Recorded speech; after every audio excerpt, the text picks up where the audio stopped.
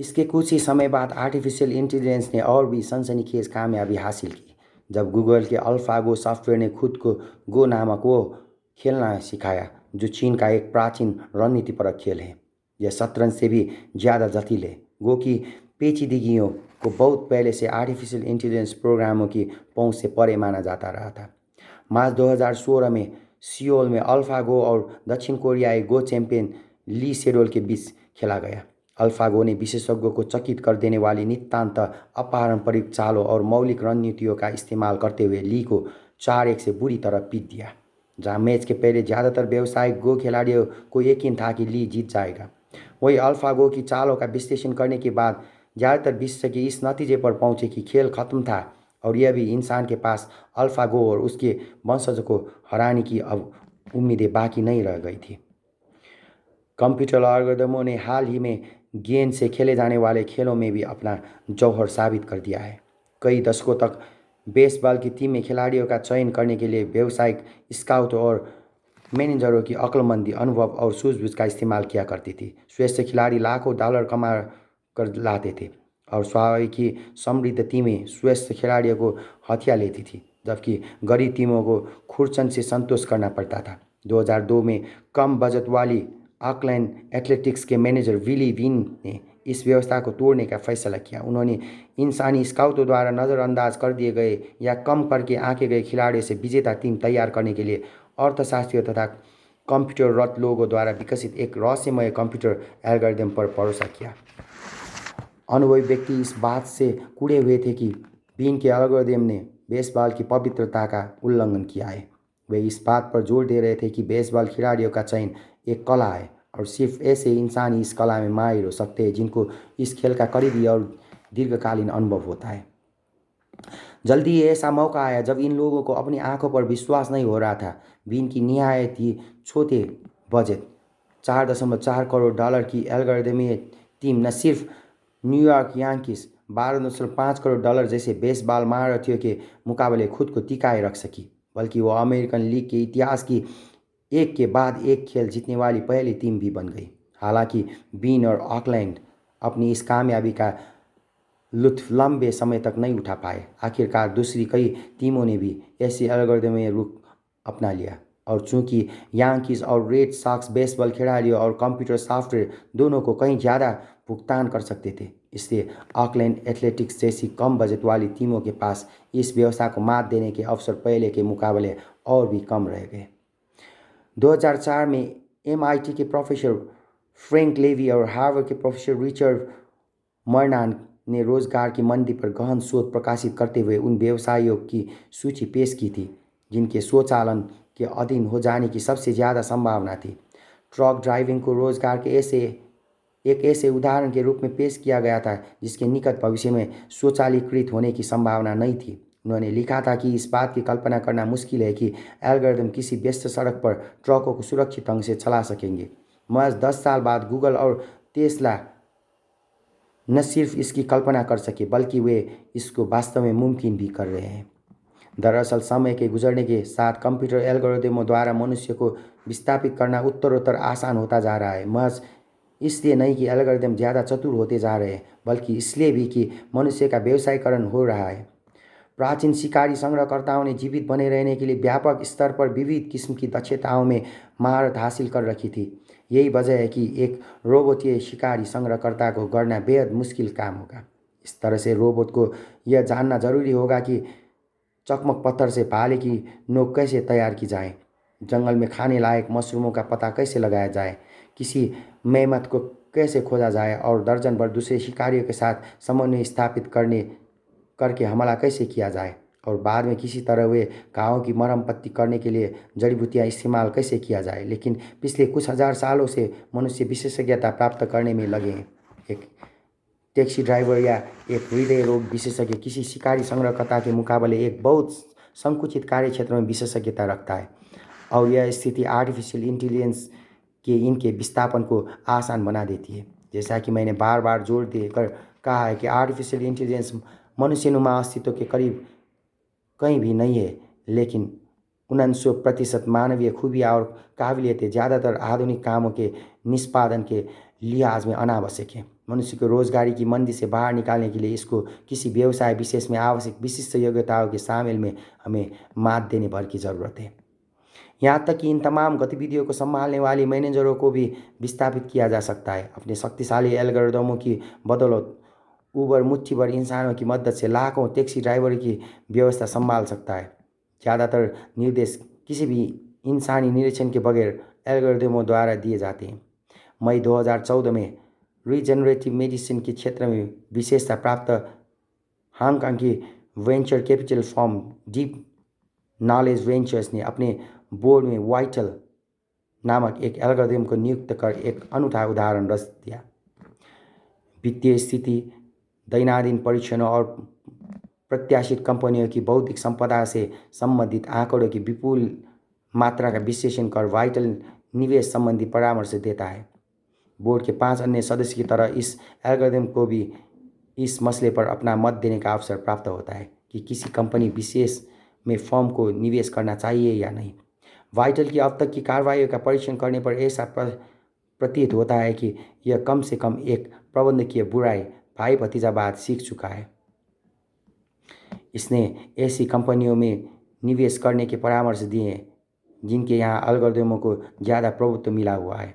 उदाहरण के लिए वाइटल के आशीर्वाद से डीप नॉलेज वेंचर्स ने हाल ही में पाथवे फार्मास्यूटिकल में निवेश किया है, जिसने व्यक्ति के हिसाब से कैंसर चिकित्साओं के चयन और मूल्यांकन के लिए ओकोफाइंडर नामक एल्गोरिदम को नियुक्त कर रखा है। जैसे जैसे एल्गोरिदम इंसानों को रोजगारी की मंदी से बाहर धकेलते जाएंगे, वैसे वैसे संपत्ति और सत्ता सर्वशक्तिमान एल्गोरिदमों के स्वामित्व वाले छोटे से विशिष्ट वर्ग के हाथों में सीमित सकती है और यह प्रक्रिया अपूर्व सामाजिक और राजनीतिक गैर बराबरी की स्थिति पैदा कर सकती है। आज लाखों टैक्सी ड्राइवरों, बस ड्राइवरों और ट्रक ड्राइवरों का खासा आर्थिक और राजनीतिक दबदबा है, जिनमें से प्रत्येक परिवहन व्यवसाय के एक छोटे से हिस्से को नियंत्रित करता है। अगर उनके सामूहिक हितों पर खतरा मंडराता है तो वे संगठित हो सकता है, हड़ताल पर जा सकता है, बहिष्कार कर सकता है कि और शक्तिशाली मतदाता समूह तैयार कर सकते हैं। लेकिन जैसे ही लाखों इंसानी ड्राइवरों को एक एल्गोरिदम द्वारा विस्थापित कर दिया जाता है, वो सारी संपत्ति और सत्ता उस एल्गोरिदम पर मालिकाना हक रखने वाले कॉरपोरेशन द्वारा और उस मुट्ठी भर अरबपतियों द्वारा हथिया ली जाएगी जिनके पास उस निगम का स्वामित्व होगा।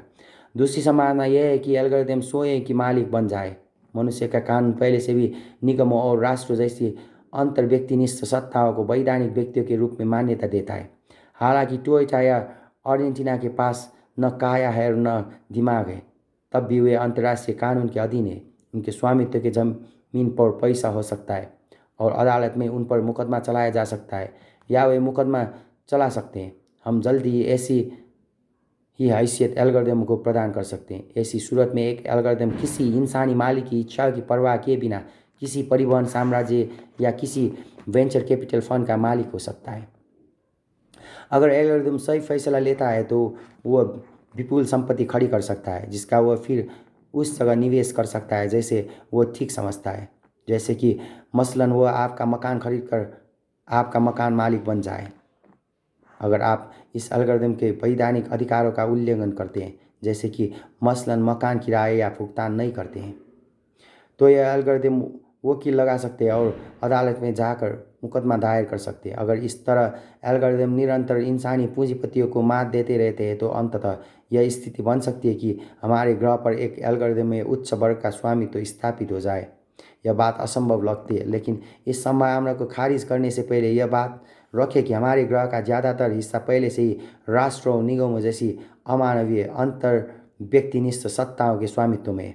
वाकई 5000 साल पहले सुमेर के ज़्यादातर हिस्से पर एंकी और इनात्रा जैसे कल्पित देवताओं का स्वामित्व था। अगर देवता किसी मुल्क के मालिक हो सकते हैं और लोगों को नौकरी पर रख सकते हैं तो एल्गोरिदम ऐसा क्यों नहीं कर सकता? तब लोग क्या करेंगे? कला के बारे में क्या कहा जाता है कि वो हमें हमारा शरण स्थल मुहैया कराती है। एक ऐसी दुनिया में जिसमें डॉक्टरों, ड्राइवरों, अध्यापकों और यहाँ तक कि मकान मालिकों की जगह कंप्यूटर ले चुके होंगे, उसमें क्या हर कोई कलाकार बन जाएगा? हालांकि यह समझ पाना मुश्किल है कि कलात्मक सृजन एल्गोरिदमों की सुरक्षित क्यों होगा। हमें इस कदर आत्मविश्वास क्यों है कि संगीत की रचना करने के मामले में कंप्यूटर कभी हमसे आगे नहीं निकल पाएगा। जैविक विज्ञानों के मुताबिक कला किसी जादुई अंतःकरण या आदि भौतिक आत्मा से उत्पन्न नहीं होती, बल्कि यह गणितीय पैटर्न की पहचानने वाले जैविक एल्गोरिदम की उपज होती है। अगर ऐसा है तो कोई वजह नहीं है कि अजैविक एल्गोरिदम इस काम में माहिर नहीं हो पाएंगे।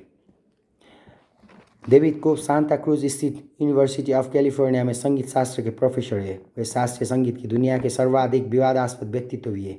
कोप ने ऐसे कंप्यूटर प्रोग्राम तैयार किया है जो कंसर्टोस, कोरल्स, सिम्फोनियों और ऑपेराओं की रचना करती हैं।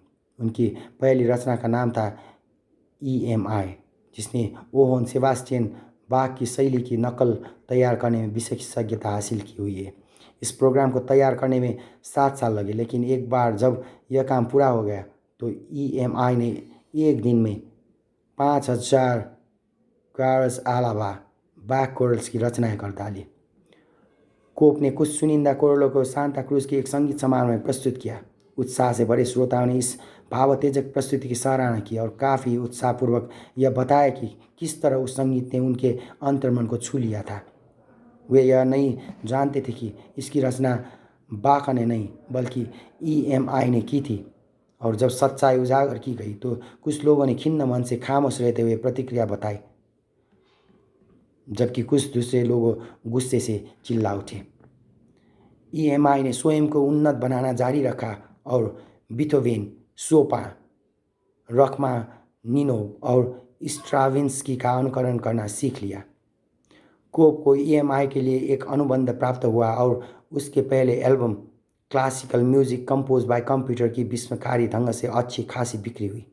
इस प्रकार से शास्त्रीय संगीत के मर्मज्ञ उत्तरोत्तर विद्वेष से बढ़ते गए। यूनिवर्सिटी ऑफ ओरेगन के प्रोफेसर स्टीव लार्सन ने कोप को एक निर्णायक सांगीतिक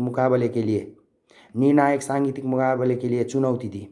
लार्सन ने सुझाव दिया कि व्यावसायिक पियानो वादकों द्वारा एक के बाद एक 3 संगीत रचनाएं पेश की जाए, एक बाख की, एक EMI की और एक स्वयं लार्सन की। इसके बाद श्रोताओं ने मतदान कराकर पूछा जाए कि कौन सी रचना किसने तैयार की है। लार्सन को यकीन था कि लोग मनुष्यकृत रचना और यंत्रीकृत निर्जीव संगीत रचना के बीच आसानी से फर्क कर लेंगे। कोप ने इस चुनौती को स्वीकार कर लिया। निर्धारित तिथि पर यूनिवर्सिटी ऑफ ओरेगन के संगीत सभागार में सैकड़ों की संख्या में व्याख्याता, छात्र और संगीत प्रेमी एकत्र हुए।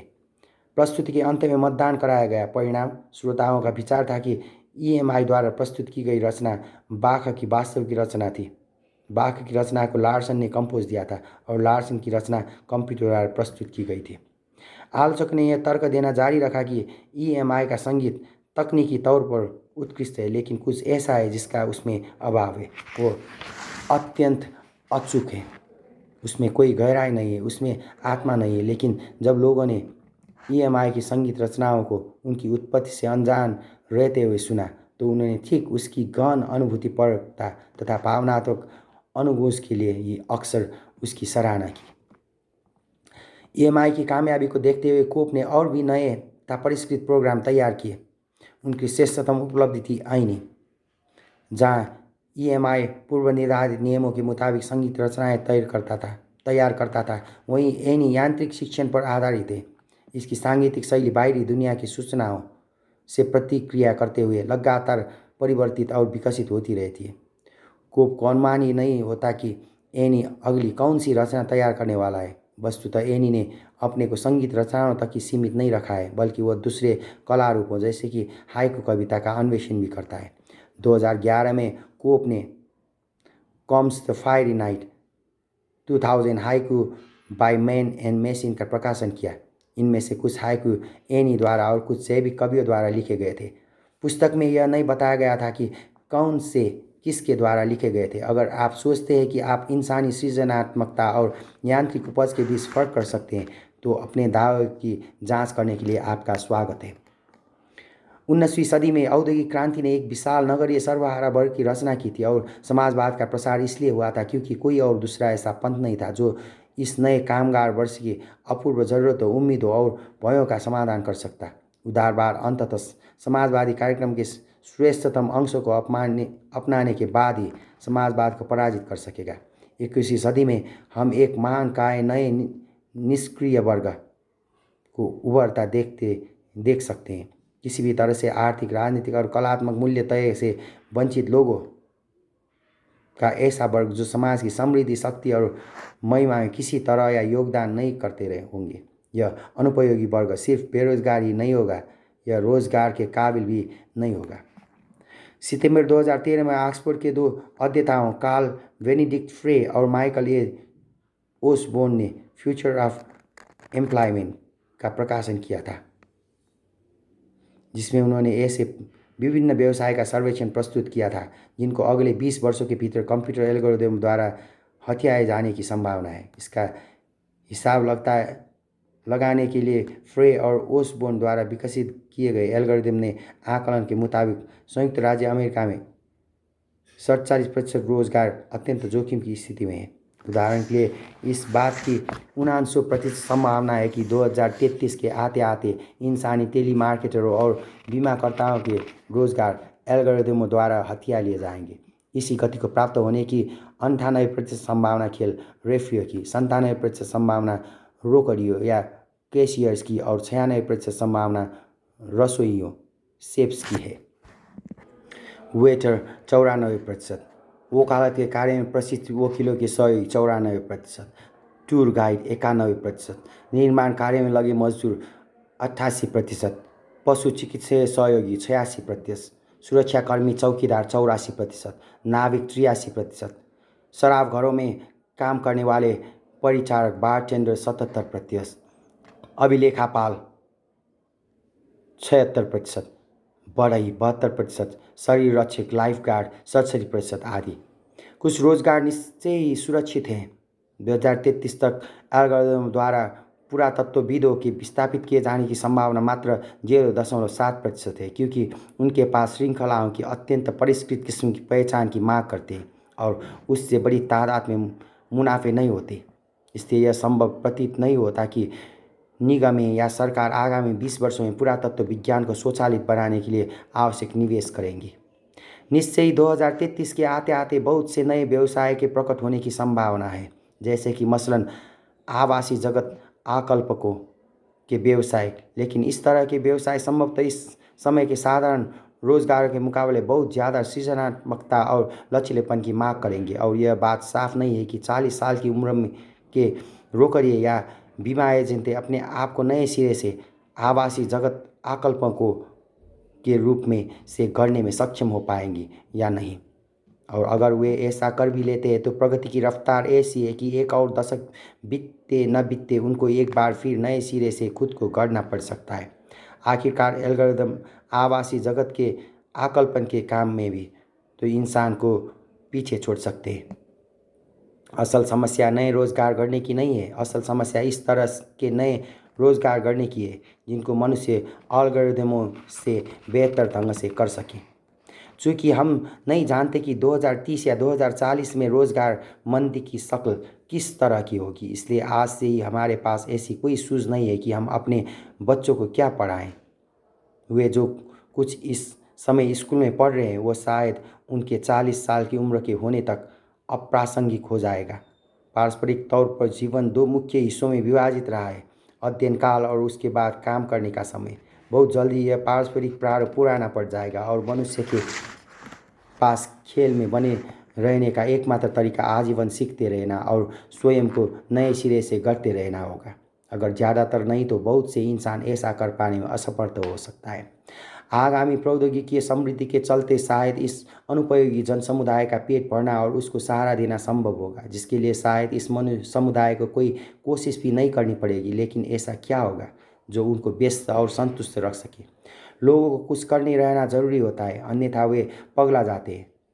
वे पूरे दिन क्या किया करेंगे? इसका एक हल ड्रग और कंप्यूटर खेल हो सकता है। ये अनावश्यक लोग समय की बढ़ती हुई तादादी को आभासी वास्तविकता के 3D दुनिया में खर्च कर सकते हैं, जो उनको बाहर की नीरस वास्तविकता के मुकाबले अधिक उत्तेजना उपलब्ध करा सकती है और भावनात्मक रूप से व्यस्त रख सकती है। लेकिन इस तरह की स्थिति मानव जीवन की पवित्रता और मानवीय अनुभव में उदारवादी विश्वास के लिए घातक आघात पहुंचाने वाली होगी। आखिर ऐसे बेकार निकम्मे लोगों में पवित्रता जैसा क्या होगा जो ला ला लैंड सपनों की दुनिया के कृत्रिम अनुभव को निगलते हुए अपने दिन गुजार रहे होंगे? निक बोस्ट्राम जैसे कुछ विशेषज्ञ और चिंतक चेतावनी देते हैं कि मानव जाति द्वारा इस तरह की अधोगति को भोगे जाने की नौबत आने की संभावना नहीं है, क्योंकि जैसे ही आर्टिफिशियल इंटेलिजेंस मानवीय बुद्धि को पीछे छोड़ देगा, वैसे ही वो बहुत आसानी से मानव जाति का विनाश कर देगा। आर्टिफिशियल इंटेलिजेंस ऐसा या तो इस भय के चलते करना चाह सकता है कि मनुष्य जाति उसके खिलाफ खड़ी हो जाए और उसके प्लॉट खींचने की कोशिश करेगी, या फिर अपने ही किसी अज्ञेय लक्ष्य को हासिल करने की खातिर ऐसा कर सकता है, क्योंकि मनुष्य के लिए अपने से ज़्यादा चतुर एक व्यवस्था की प्रेरणाओं की नियंत्रित करना अत्यंत मुश्किल होगा। यहाँ तक कि इस व्यवस्था को किन्हीं अनुकूल प्रतीत होने लक्ष्य से पूर्व नियोजित करना भयानक विपरीत प्रतिक्रिया की वजह बन सकता है। एक लोकप्रिय परिदृश्य एक ऐसे कॉरपोरेशन की कल्पना करता है जो पहला आर्टिफिशियल सुपर इंटेलिजेंस डिजाइन करता है और परीक्षण के तौर पर उसको पाई का मूल्य ज्ञात करने का एक सीधा साधा काम सौंपता है। इससे पहले कि लोगों को स्थिति का एहसास हो सके, यह आर्टिफिशियल इंटेलिजेंस पृथ्वी को अपने कब्जे में ले लेता है, मानव प्रजाति को नेस्तनाबूद कर देता है, आकाशगंगा की आमूल चूल फतह की मुहिम छेड़ देता है और समूचे ज्ञात विश्व को एक ऐसी भीमकाय सुपर कंप्यूटर में रूपांतरित कर देता है जो अरबों सालों तक पाई का उत्तरोत्तर सही मूल्य ज्ञात करने में लगा रहता है। आखिरकार यह उसके लिए उसके सर्जक द्वारा सौंपी गई एक दिव्य मुहिम है। 87% की संभाव्यता। इस अध्याय की शुरुआत में हमने उदारवाद के सिर पर मंडराते कई खतरों की पहचान की थी। इनमें पहला यह है कि मनुष्य सैन्य और आर्थिक दृष्टि से अनुपयोगी हो सकता है। बेशक यह एक संभावना है, कोई भविष्यवाणी नहीं है। तकनीकी अड़चनें या राजनीतिक आपत्तियां रोजगार मंदी पर एल्गोरिदम के आक्रमण को धीमा कर सकती है। दूसरी संभावना यह है कि चूंकि मनुष्य के दिमाग के ज़्यादातर रहस्य अभी भी अनसुलझे है, इसलिए हम सचमुच नहीं जानते कि मनुष्य अपनी कौन सी छिपी हुई प्रतिभाओं को उजागर कर सकता है और दूसरे रोजगारी को क्षतिपूर्ति के लिए कौन से अनूठे रोजगार की रचना कर सकता है। हालांकि जरूरी नहीं है कि यह उदारवाद को बचाने के लिए काफ़ी हो, क्योंकि उदारवाद महज मनुष्य के मूल्य में विश्वास नहीं करता, बल्कि वह व्यक्तिवाद में भी विश्वास करता है। उदारवाद के सिर पर मंडराता दूसरा खतरा यह है कि जहाँ व्यवस्था को भविष्य में मनुष्य की ज़रूरत बनी रह सकती है, वहीं उसको व्यक्तियों की ज़रूरत नहीं रह जाएगी। मनुष्य संगीत रचना, भौतिकी पढ़ना और धन का निवेश करना जारी रखेंगे, लेकिन व्यवस्था इन मनुष्य को उससे बेहतर ढंग से समझा करेगी जितना स्वयं ये मनुष्य समझते होंगे, और यह व्यवस्था ही उनके सबसे ज़्यादा महत्वपूर्ण फैसला किया करेगी। इस तरह व्यवस्था व्यक्तियों को उनके प्रभुत्व और स्वतंत्रता से वंचित कर देगी। व्यक्तिवाद में उदारवादी विश्वास इन 3 धारणाओं पर आधारित है जिनकी चर्चा हमने की थी। 1, मैं एक इंडिविजुअल हूँ, यानी मुझ में एक ऐसा एकल सत्व मौजूद है जिसको हिस्सों का उपव्याख्याओं में विभाजित नहीं किया जा सकता। यह सही है कि यह आंतरिक मर्म बहुत सारी बाहरी तहों में लिपटा है, लेकिन अगर मैं इन बाहरी छिलकों को हटाने की कोशिश करता हूँ तो मुझे अपनी अंदरूनी गहराई में एक स्पष्ट और एकल आवाज़ सुनने को मिलेगी, जो कि मेरा प्रामाणिक स्वत्व है। 2, मेरा प्रामाणिक स्वत्व पूरी तरह स्वतंत्र है। 3, पहली 2 धारणाओं से यह निष्कर्ष निकलता है कि मैं अपने बारे में ऐसी बातें जान सकता हूँ जिनका पता दूसरा कोई भी व्यक्ति नहीं लगा सकता, क्योंकि स्वतंत्रता के मेरे आंतरिक क्षेत्र तक सिर्फ मेरी ही पहुँच है और केवल मैं ही अपने प्रामाणिक स्वत्व की फुसफुसाहटों के सुन सकता हूँ। यही वजह है कि उदारवाद व्यक्ति को इतना ज़्यादा अधिकार सौंपता है अपने बारे में निर्णय लेने के मामले में मैं किसी दूसरे पर भरोसा नहीं कर सकता, क्योंकि दूसरा कोई यह जान ही नहीं सकता कि मैं वास्तव में कौन हूँ, मैं कैसा महसूस करता हूँ और क्या चाहता हूँ। यही वजह है कि मतदाता बेहतर समझता है, ग्राहक हमेशा सही होता है और सौंदर्य देखने वाले की निगाह में होता है। लेकिन जीवन संबंधी विज्ञान इन तीनों धारणा को चुनौती देते हैं। उनके मुताबिक एक प्राणी एल्गोरिदम है और मनुष्य इंडिविजुअल नहीं है, वे डिविजुअल्स है, यानी मनुष्य किसी एकल आवाज़ या एकल स्वत्व से वंचित विभिन्न एल्गोरिदम का समुच्चय है। 2, एल्गोरिदमों से निर्मित मनुष्य स्वतंत्र नहीं होते, उनको रचना जीनों और पर्यावरण परक दबावों से हुई है और वे या तो अवश्यंभावी ढंग से निर्णय लेते हैं या बेतरतीब ढंग से, लेकिन स्वतंत्र ढंग से नहीं। 3, इससे यह निष्कर्ष निकालता है कि कोई बाहरी एल्गोरिदम सिद्धांत मुझे मुझसे बेहतर ढंग से जान सकता है। मेरी काया और दिमाग जिन प्रणालियों से मिलकर बने हैं, उनमें से एक एक प्रणाली पर जो एल्गोरिदम निगरानी करती है, वही यह बात ठीक ठीक ढंग से जान सकता है कि मैं कौन हूँ, मैं कैसा महसूस करता हूँ और क्या चाहता हूँ। एक बार विकसित हो चुकने के बाद इस तरह का एल्गोरिदम मतदाता, ग्राहक और दर्शक की जगह ले सकता है। इसके बाद यह एल्गोरिदम ही बेहतर समझेगा, यह एल्गोरिदम ही हमेशा सही होगा और सौंदर्य इसी एल्गोरिदम की गणनाओं में होगा। 19वीं और 20वीं सदी के दौरान व्यक्तिवाद तब भी एक अच्छा व्यावहारिक अर्थ रखता था, क्योंकि तब ऐसे कोई बाहरी एल्गोरिदम नहीं थे जो वास्तव में मेरे ऊपर प्रभावशाली ढंग से निगरानी रख सकते। राज्य और बाजार भले ही ठीक यही करना चाहते रहे हों, लेकिन उनके पास इसके लिए आवश्यक प्रौद्योगिकी का अभाव था। केजीबी और एफबीआई को मेरी जैव रासायनिक जीन समूह और मस्तिष्क की धुंधली सी जानकारी भर थी, और अगर खुफिया लोग मेरे द्वारा किए गए एक एक फ़ोन कॉल को चोरी छुपे सुन भी लेते और सड़क पर संयोग से हुई हर मुलाकात को दर्ज भी कर लेते, तब भी उनके पास सारी सूचना को विश्लेषण करने के लिए कोई कंप्यूटिंग शक्ति नहीं हुआ करती थी। नतीजतन 20वीं सदी की प्रौद्योगिकी परिस्थितियों के लिहाज से उदारवादियों का यह तर्क सही था कि मुझसे बेहतर मुझे कोई नहीं समझ सकता। इसलिए इस बात की एक अच्छी खासी वजह थी कि मनुष्य स्वयं को एक स्वायत्त तंत्र की तरह देखते थे और किसी महाशक्ति के आदेशों पर ध्यान देने की बजाय अपनी आंतरिक आवाज़ों का अनुसरण करते थे। लेकिन 21वीं सदी की प्रौद्योगिकी बाहरी एल्गोरिदमों को मनुष्यता में घुसपैठ करने और मुझसे बेहतर ढंग से समझने में सक्षम बना सकती। जैसे यह मुमकिन हो जाता है कि वैसे ही व्यक्तिवाद के में विश्वास रह जाएगा और वर्चस्व वैयक्तिक मनुष्य के एक दूसरे से जुड़े नेटवर्क के हाथों में चला जाएगा। फिर लोग स्वयं को अपना आकांक्षाओं के अनुरूप अपना जीवन जीने वाली स्वायत्त सत्ताओं के रूप में देखना बंद कर देगा और इसकी बजाय स्वयं को जैव रासायनिक प्रक्रियाओं के एक ऐसे संग्रह के रूप में देखना शुरू कर देंगे जिस पर इलेक्ट्रॉनिक्स एल्गोरिदमों के तंत्र द्वारा नियंत्रित निगरानी रखी जा रही होगी और जिसे उनके द्वारा संचालित किया जा रहा होगा।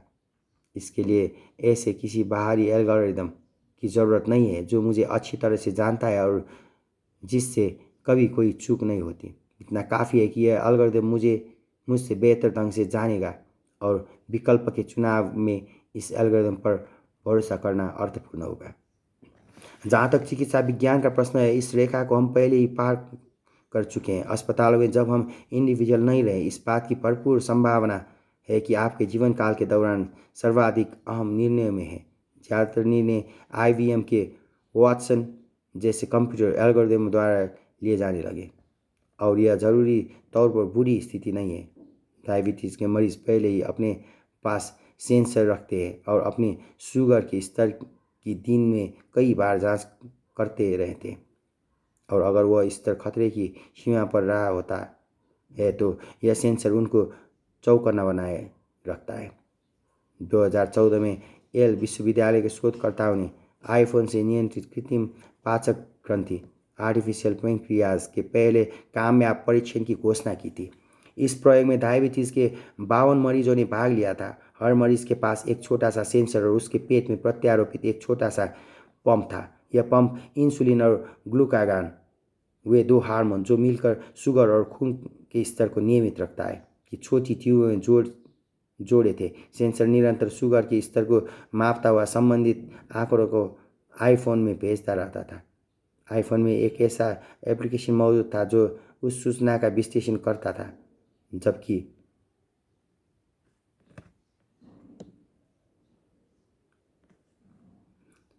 कभी जरूरी होता था तो पंप को आदेश देता था तो इंसानी हस्तक्षेप की किसी ज़रूरत के बिना या तो इंसुलिन या ग्लूकागान की नफीतुली मात्रा इंजेक्ट कर देता था।